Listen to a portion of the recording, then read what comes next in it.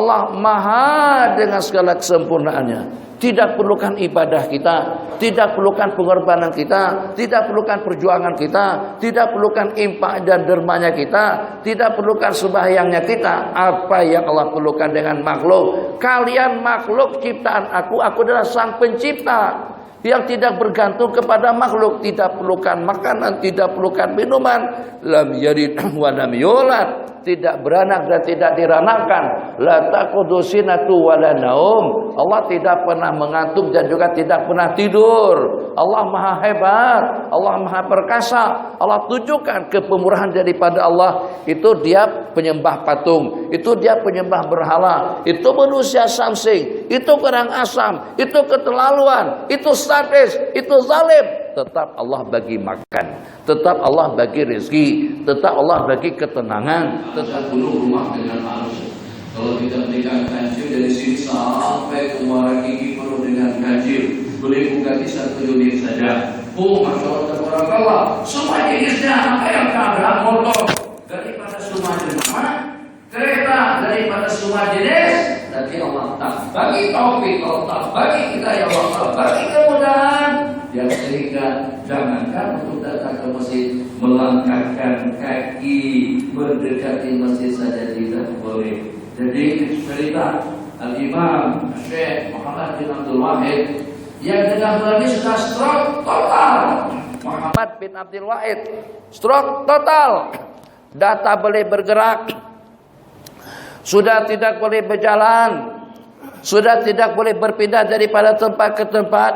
Ya Allah ya Arhamar Rahimin, kalau memang itu yang terbaik, kalau memang itu kehendakmu, kalau itu memang ketentuan takdir, aku pasrah dan menyerah dan juga aku ridha dengan apa yang telah kau tetapkan. Hanya ada satu permintaanku, berikan leluasa kepada anggota tubuhku pada tiap 5 waktu sembahyang. Berikan leluasa kepada anggota tubuhku di saat adzan berkumandang. Begitu saja adzan berkumandang, Allahu Akbar, Allahu Akbar. Oh, tangan dah mulai bergerak, tangan bergerak, kaki bergerak. Dan lagi stroke total, bergerak semuanya aktif. Ke bilik air, berwudu, baju, lengkap, ke masjid, jalan, gerak, rukuk, sujud, i'tidal, salam. Patah balik ke rumah, selesai salat, stroke lagi. Stroke lagi kembali. Sepanjang hari semacam tuh. Kalau pada waktu sembahyang anggota bergerak, tapi kalau di luar daripada waktu sembahyang anggota tubuh menjadi lompoh. Kita orang Melayu stroke sepanjang hidup. Orangnya masih hidup.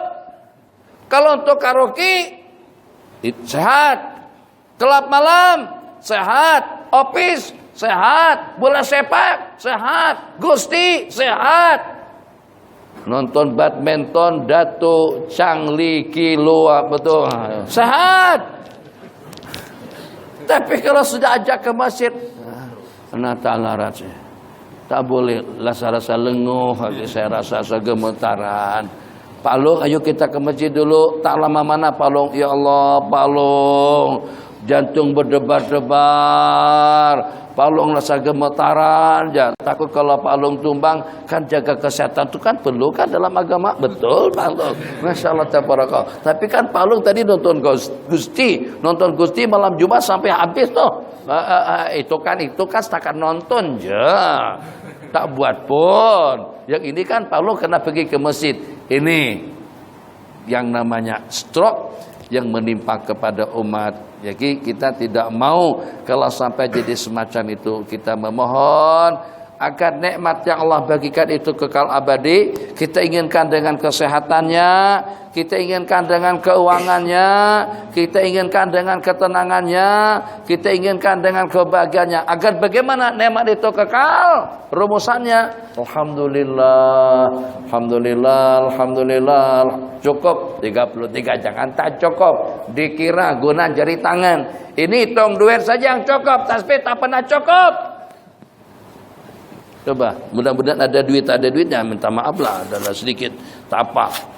Bukan nak tengokkan, tapi dia ada, bendanya ada. Jadi Sama bank ambil gaji nih, ceritanya ambil gaji nih. Berapa gaji kita? Katakan saja dalam 2000 RM per bulan. Jadi dihitungkan sama dia 2, 4, 6, 8, 10, 12, 14, 16. Katakanlah 17, 1.700. Terus sama petugas bank. Dia guna mesin. Diserahkan ke kita. 2 kali hitung dah. 1 manual, 2 mesin. Tak puas hati kita. Kita ambil uang, kita hitung balik.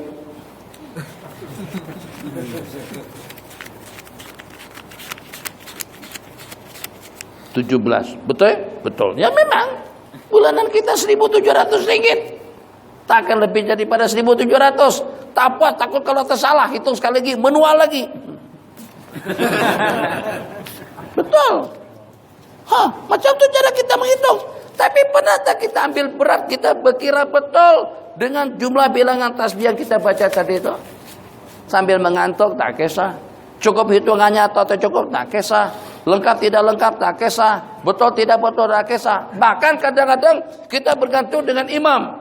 Sebagian daripada imam baca tasbihnya cepat. Kadang-kadang bukannya tasbih yang cepat, menariknya cepat. Subhanallah, subhanallah, subhanallah, subhanallah, subhanallah, subhanallah, subhanallah. Alhamdulillah, alhamdulillah, alhamdulillah, alhamdulillah, alhamdulillah, alhamdulillah. Baru 7 kali dah habis dah. Ini cepat nih. Ada yang tasbih Allah, Allah, Allah, Allah macam tu. Ingat. Jadi orang ramai yang tidak mengerti hikmat dan rahasia tasbih 33. Tasbih 33 agar kita senantiasa bersih. Maha suci Allah, sucikan kami daripada penyakit.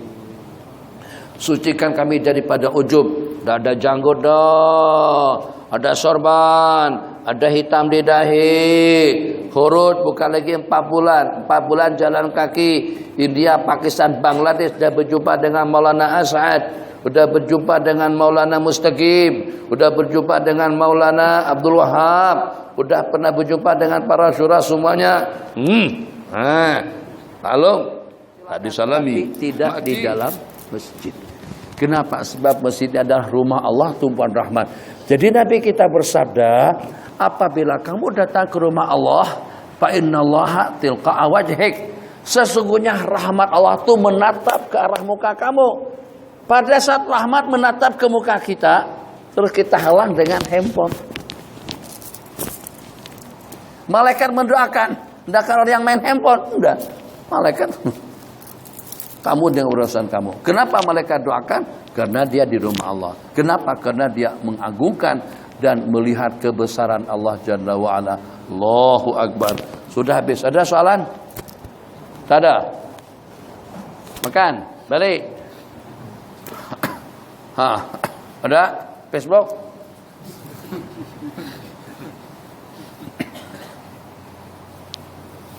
Kami ada grup 2 orang nih. Memang ikut saya. Kami ada grup Facebook. Ada yang rekaman yang 5 menit. Mereka inilah yang buat. Masuk. Alhamdulillah. Dulu TV Hijrah. Sekarang TV Hijrah sudah dihijrahkan. Melalui yang kedua nih. Masya Allah tabarakallah. Masuk 10.000, 20.000. Ada yang sampai 60.000 kan. Yang ikuti ceramah-ceramah singkat. Jadi saya biarkan mereka gambar. Tangkap. Nanti kita pecah-pecah. Terus kita uploadkan kepada kawan-kawan. Assalamualaikum Syekh. Suatu soalan. Imam Ahmad hafal 1 juta buah hadis. Kenapa yang tertulis hanya 20 ribuan saja? Apakah sebabnya Imam Ahmad tidak menghimpunkan sebuah hadis yang beliau hafal? Jadi ini kata ulama, supaya jangan sampai generasi sekarang protes, komplain, mengatakan bagaimana Imam Syafi'i berkata seperti itu dan ini. Sedangkan kita tidak temukan dalilnya di dalam hadis. Tidak semua yang mereka hafal itu mereka tulis. 1. Tidak semua yang ada dalam ingatan mereka bukukan. Jadi kita kadang-kadang menumbuhkan satu ketentuan hukum di dalam kitab-kitab mereka, kata mereka hukumnya makruh. Tapi kita cari dalilnya daripada Al-Quran dan hadis, kita tidak temukan. Itu kesalahan, ketaksiran, ketidakmampuan daripada kita. Hakikat yang sebenarnya seperti apa? Itu membuktikan bahwasanya mereka temukan dalil yang dengan kita tidak menemukannya. Mereka temukan dalil yang dengan kita tidak pernah membacanya. Maka sikap kita sebagai mukallid dan juga sebagai generasi menyusul, jangan langsung komplain kepada masalah-masalah hukum yang menurut pengamatan kita tidak temukan dalilnya. Kenapa? Sebab kalau kita kumpul-kumpulkan kitab Musnad Imam Ahmad itu ada kira-kira dalam 30-an ribu hadis, bukan 20 ribu. 30-an ribu. Di dalam Kanzul Umar ada kira-kira dalam 45 ribu. Di dalam kitab-kitab Masanid, juga kitab-kitab As-Sunan, kitab-kitab Al-Ma'ajim, kalau ditotalkan semuanya mungkin tidak mencapai 100 ribu. Tapi dengan mereka macam mana boleh hafal sampai jutaan hadis? Itulah tadi sebagaimana saya katakan. Yang sejuta hadis, 600 ribu buah hadis dengan Imam Al-Bukhari, 200 ribu buah hadis dengan Imam Abi Zur'ah, dan banyak lagi dengan ulama-ulama lainnya. Itu gabungan. Ada hadis-hadis maudhu', ada hadis-hadis sahih, ada hadis-hadis gharib. Misalnya kata Imam Bukhari, aku seleksinya daripada 600 ribu buah hadis yang aku hafal dan aku muat dan aku pilih hanya dalam 8 ribuan saja. Jadi dengan mereka, misalnya seperti dalam kitab Musnad, itu bukan semua hafalan beliau, bukan semua hadis-hadis yang beliau ketahui, tapi ada kriteria-kriteria tertentu untuk dipersembahkan. Ya Allah, Bang Azim masih belum paham juga kah? Saya ini kayak songgo, Bang. Tapi saat ketika saya sampai ke Sabah, saya buat rumah kecil aja. Sebab saya pun turun ke Sabah sewaktu-waktu. Sekali dalam sebulan, sekali dalam 2 bulan, sekali dalam setengah tahun. Takkan saya buat istana banglo besar di sini, misalnya saja. Jadi abang tengok, wah, katanya Syekh Nur itu kaya, seperti Syekh Mukhtar Bukhari, buat rumah kecil jadi Sabah. Coba renung sejenak, lama mana saya duduk di Sabah? Kalau saya tak buat rumah pun oke. Tuh kereta, Land Cruiser, nanti naik Alphard, tak naik apa lagi, tak tahu. Nanti ganti Fortuner lagi, ganti lagi dengan ganti-ganti kereta. Kalau saya beli kereta di sini, guna kereta itu aja, satunya. Tapi kalau kita tadi punya kereta kita berganti-ganti. Senang. Di KL ada juga kereta, tapi kereta dipangkingkan sama kawan-kawan. Kadang-kadang naik Wish-nya, kadang-kadang naik Wish, kadang-kadang naik Ford, kadang-kadang naik Rolls Royce, kadang-kadang naik Alphard. Pergi ke Seremban, nanti dengan Alphard itu juga dengan BM dan Mercedes S-kelasnya. Ke KL, kadang-kadang dengan Rolls Royce, dengan Porsche atau Porsche, dengan Porsche-nya. Tuh exhaustnya 3 di belakang. Body kitnya Ji, ada baru-baru ini punya kawan kita di KL, body kitnya sejak 60.000 RM. Tayanya 4 biji 10.000. Cukup beli kancil 3. Alhamdulillah. Jadi kalau pada saat ketika saya ceramah nih udah batu-batu nih, udah serah-serah. Katanya Syekh kadang-kadang ceramah sampai 3, 4, 5, 6 jam. Iya betul. Mungkin tuh dulu. Mungkin masa muda. Sekarang udah tua. Macam itulah juga dengan kekayaan. Macam itulah juga dengan keilmuan. Kadang-kadang pada masa kita kekiki, waktu kita tinggal 15 menit. Kita cakap setakat 5 menit saja.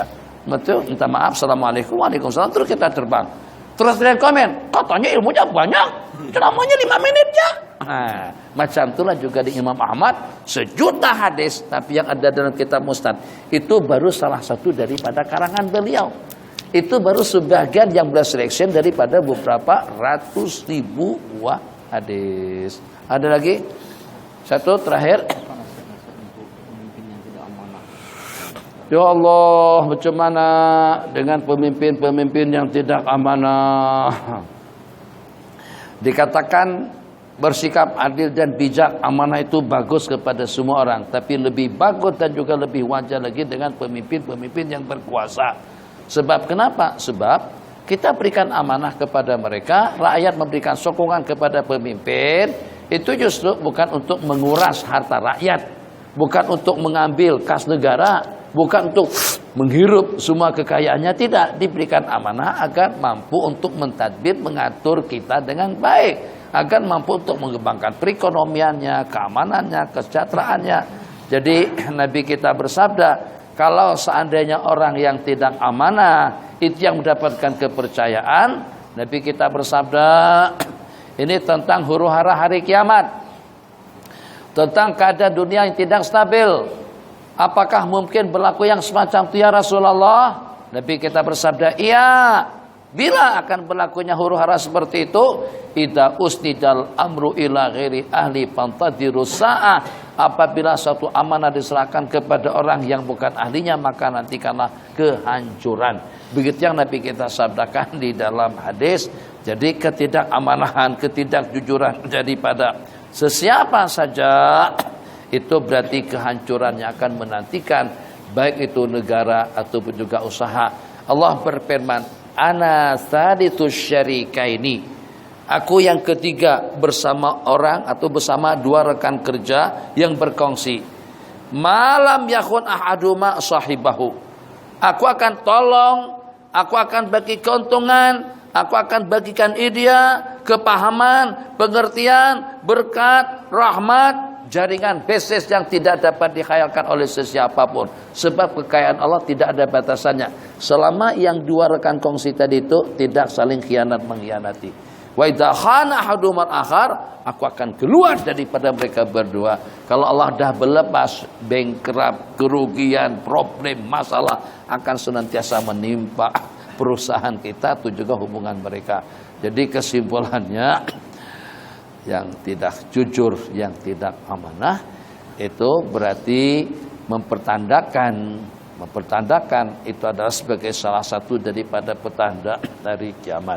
Orang yang tidak amanah dan juga yang tidak jujur terhadap harta rakyat, terhadap harta umat atau juga harta negara, itu berarti dia bertujuan untuk membinasakan dan juga untuk menghancurkan umat. Tanggung jawab orang yang seperti itu jelas lebih berat daripada tanggung jawab yang dengan linya tidak lebih daripada hanya dengan keluarga saja.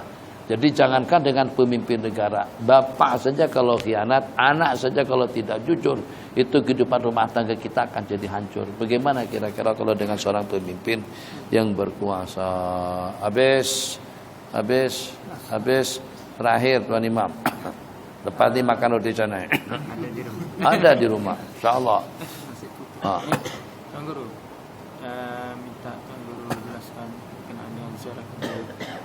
Karena ada yang berpandangan ziarah kubur tak boleh dikhususkan untuk hari-hari tertentu. Allah, Paklong, Maklong, Ma'ati, Ma'ata, Ma'ru, Ma'enjau, Ma'ring.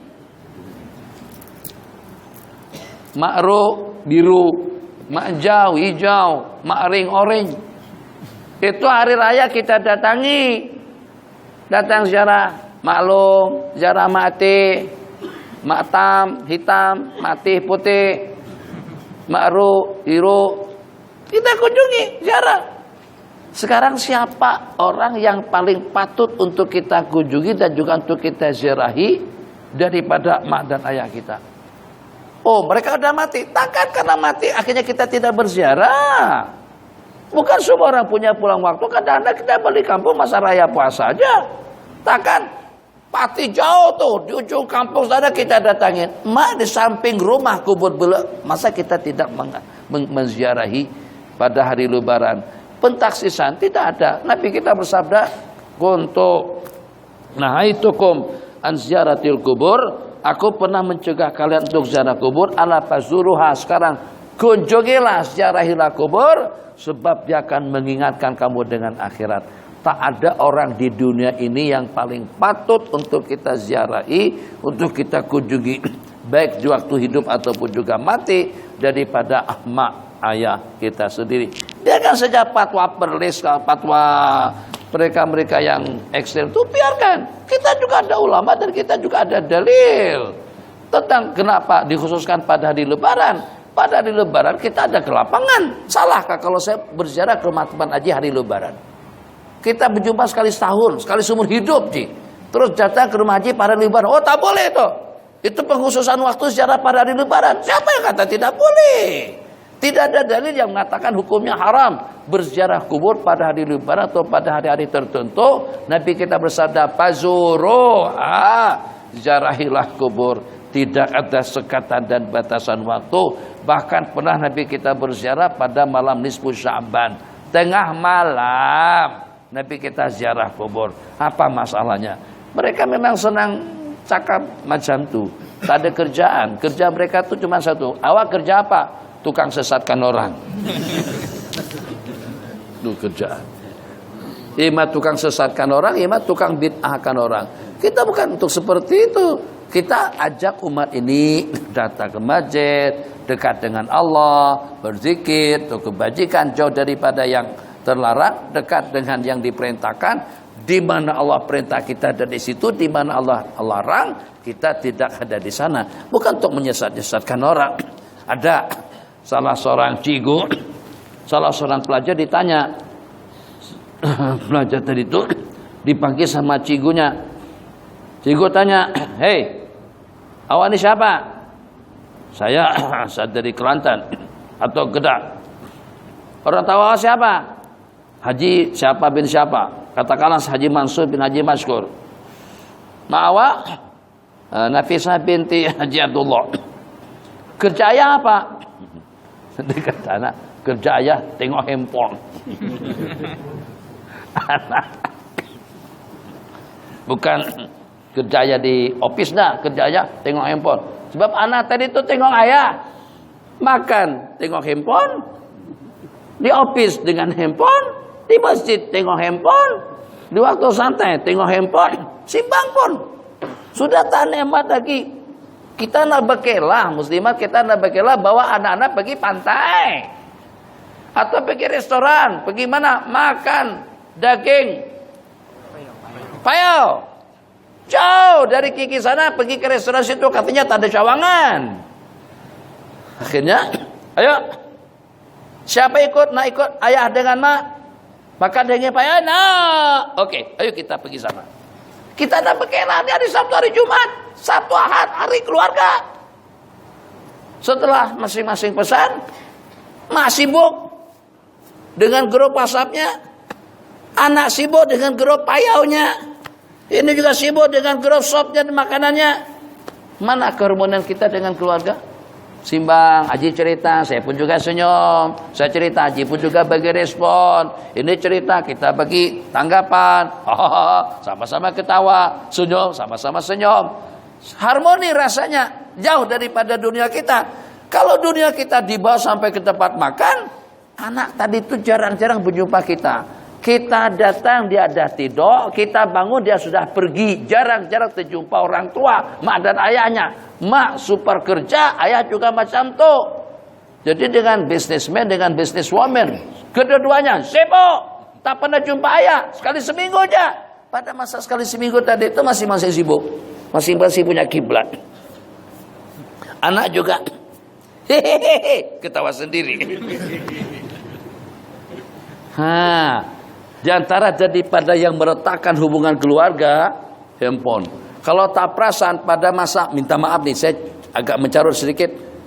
Kalau pada masa buat project, suami main handphone atau istri main handphone, geramnya kita bukan main. Sebab istri tahu, kalau suami jangan main handphone, ketegangannya itu akan berkurang. Begitu juga sebaliknya, hilang nafsu gara-gara kena handphone. Makanya kalau nak lebih harmoni, handphone masukkan ke dalam air dulu supaya jangan berbunyi, masuk situ. Baru kita buat project. Itu minta maaf lah, bahasanya lucah sikit. Itu sekedar perumpamaan saja. Handphone pada saat kita masuk dalam kehidupan kita dalam urusan ibadah, itu betul-betul mengganggu. Jadi handphone kita gunakan, kita posisikan sesuai dengan keadaannya. Bagus, canggih, mahal, iya. Tapi jangan kacau kita pada waktu beribadah dan di rumah ibadah, atau pada waktu kita berzikir mengingat Allah Jalla wa'ala. Kalau seandainya kita tengok hati kita tidak terhijab, kita tidak akan tergamak melakukan yang seperti itu. Allah berfirman, apakah ada sang pencipta? Apakah ada yang kau sembah selain daripada aku? Hada wabillahi taufik. Subhanakallahumma wa bihamdika asyhadu an la ilaha illa anta astaghfiruka wa natubu ilaik. Rabbana atina fid dunya hasanah fil akhirati hasanah wa qina adzabannar. Subhanakallahumma wa bihamdika asyhadu an la ilaha illa anta astaghfiruka wa natubu ilaik. Amin. Walhamdulillahi rabbil alamin.